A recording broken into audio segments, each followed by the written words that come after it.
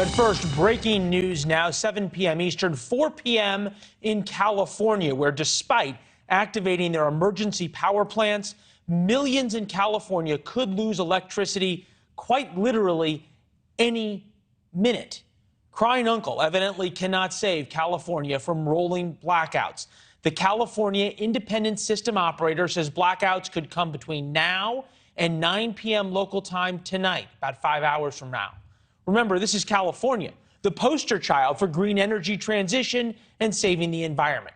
Now things are melting down, literally, and they're calling in the bench, or in their words, temporary emergency power generators. In case you are wondering, yes, they are powered by fossil fuels. Natural gas, as a matter of fact, which flies in the face of the state's $54 billion climate spending spree, including $6.1 billion on electric school buses. It is unclear if the state's do not charge policy includes the buses. As you no doubt heard, California last week asked people not to charge their electric cars, so good luck going anywhere now. If you're watching us from California, thank you. We are glad you are inside and hope you can stay for the entire program. That is, we hope that your electricity stays for the entire program. Well, this is peak electricity time. Calling people to use less power is, shall we say, an embarrassing admission for a state that says they will ban the sale of gas-powered cars in the few years. In short, California is a mess right now. In other words, a real mess, and it is also really hot. Topping our newscast tonight, the intensifying heat wave hammering California. It is going to be warm, long-duration heat wave. Southern California in the grips of an intense and dangerous heat wave. Officials are calling this the worst heat wave of the year. This is the week to stay indoors and just wait on all of those outdoor plans that you might have had. It's hot. Why it's hot, we know. The climate is changing and getting hotter. Why that's happening is up for debate, but President Biden says, well, don't worry, he's working on it. It will be, and it will be the most important investment, not hyperbole, the most important investment we've ever made in our energy security and developing cost savings and job-creating clean energy solutions for the future. It's a big deal. This is his Inflation Reduction Act, and to be fair, if everything works perfectly, it will lower the temperature by 2100. That's 78 years from now. All the bill's provisions will lower the temperature roughly 0.000, that's 3 zeros if you're counting, 9 degrees. In other words, we need something bigger, something bolder to solve this crisis. Here's Mr. Biden's energy secretary talking about a possible model, America's leader, if you will, in fighting climate change. California is in the lead, can show the rest of the nation how it is done. She said California is in the lead, the same California that is 4 minutes into possible blackouts. In case you missed Secretary Granholm, just listen one more time. California is in the lead, can show the rest of the nation how it is done. Showing the rest of the nation how it's done, or what might be to come. The same state right now that says turn your thermostats up to 78, don't charge your electric cars, and even then, prepare for blackouts. Those are the facts. This isn't opinion. Of course, nuclear power might solve a few of these problems. It's emissions-free and cheap. It doesn't rely on Chinese technology, the wind, or the sun. We'll get to why the very people ringing climate alarm bells hate nuclear power in a minute. But first, Michael Schneider is here, founder of Streets for All, recently wrote this op-ed in the Los Angeles Times, LA spending billions to make climate change and traffic worse. Michael, we hope you have battery backup to your signal. If we lose you, we will not hold it against you.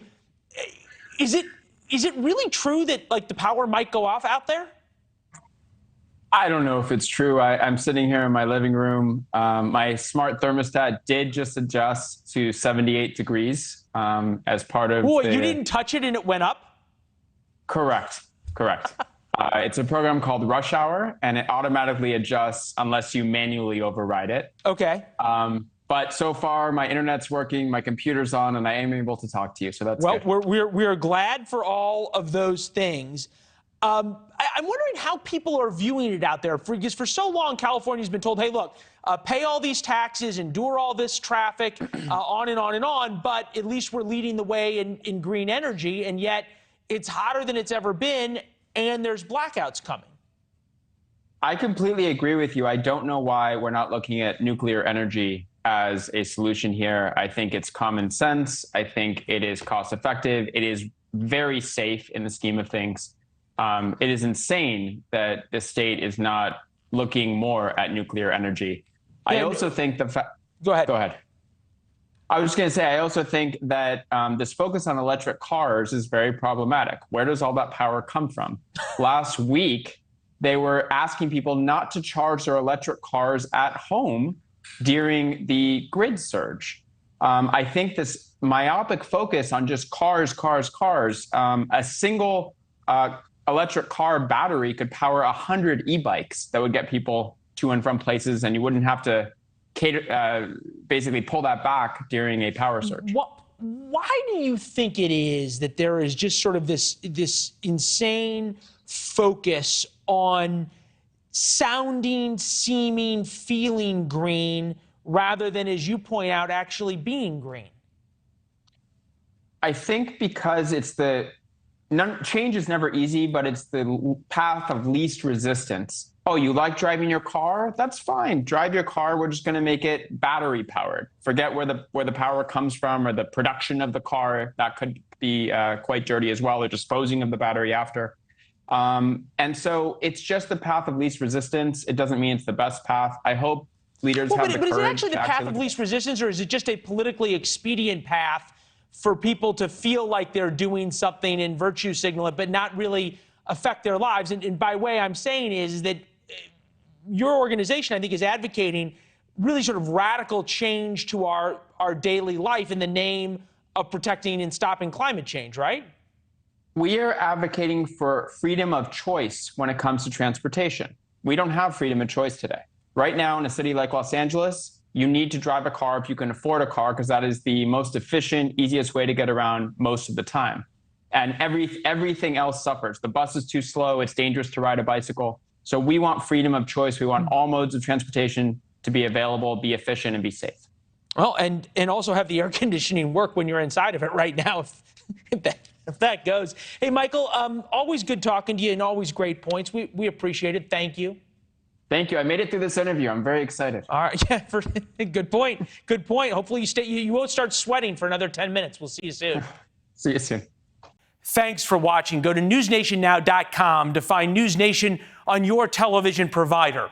And don't forget to subscribe. Click the red button to get more of News Nation's fact-driven, unbiased coverage.